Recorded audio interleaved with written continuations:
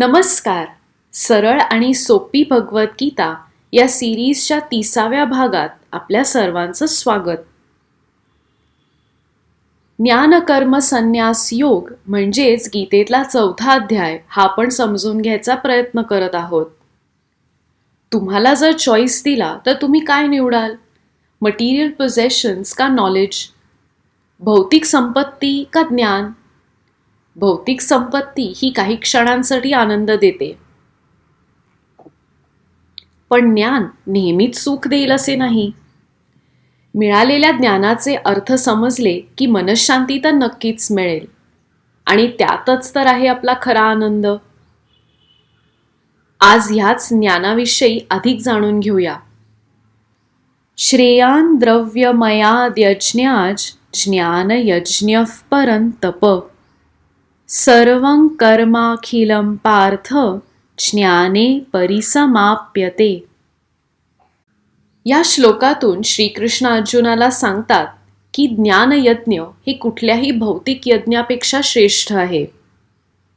तसेच कामाचे सर्व त्याग ज्ञानात पराभूत होतात.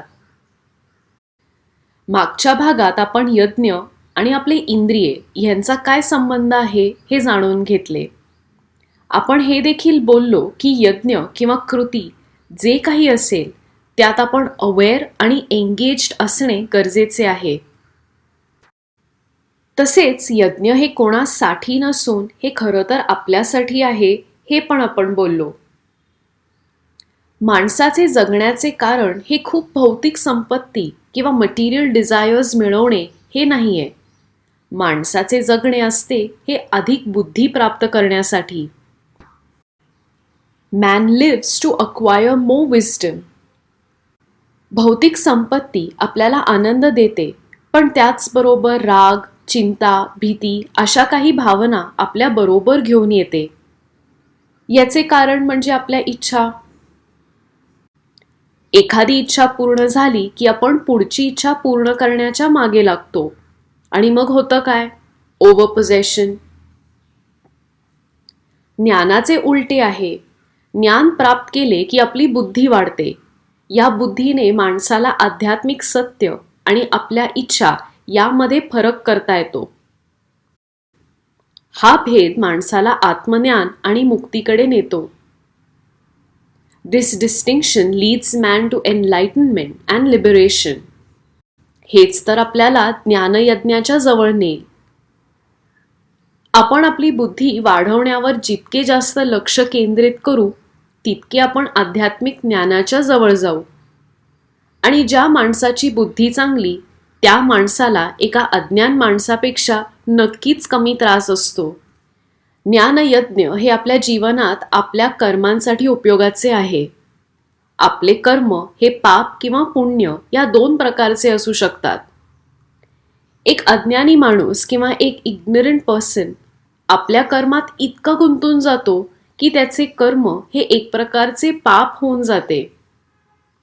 पण एक ज्ञानी माणूस आपले कर्म कुठल्या फायद्यासाठी नाही, पण आपले धर्म समजून करतो.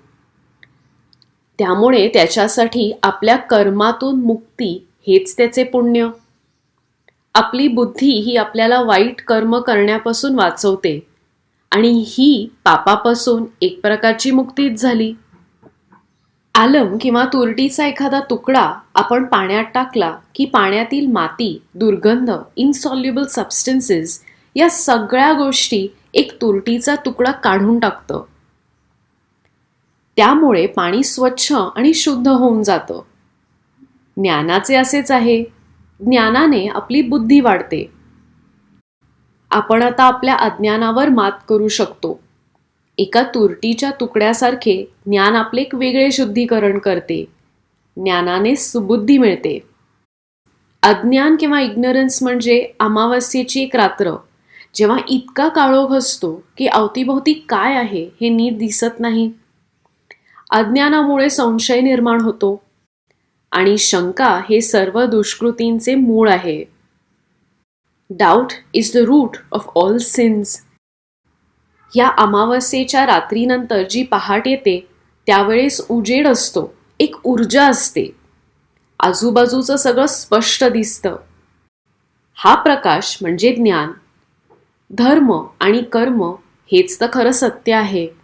आणि हे धर्म पाळणे, हे कर्म पार पाडणे, ह्यातच माणसाची खरी प्रगती आहे.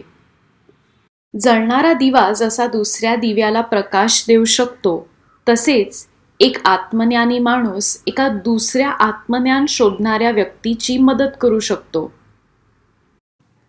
दिस लीड्स टू स्पिरिच्युअल फुलफिलमेंट. तर असा हा भगवद्गीतेतील 4था अध्याय. या अध्यायात आपण श्रीकृष्णांनी ज्ञान सूर्यदेवतेपासून इक्ष्वाकू यांना कसे दिले हे शिकलो.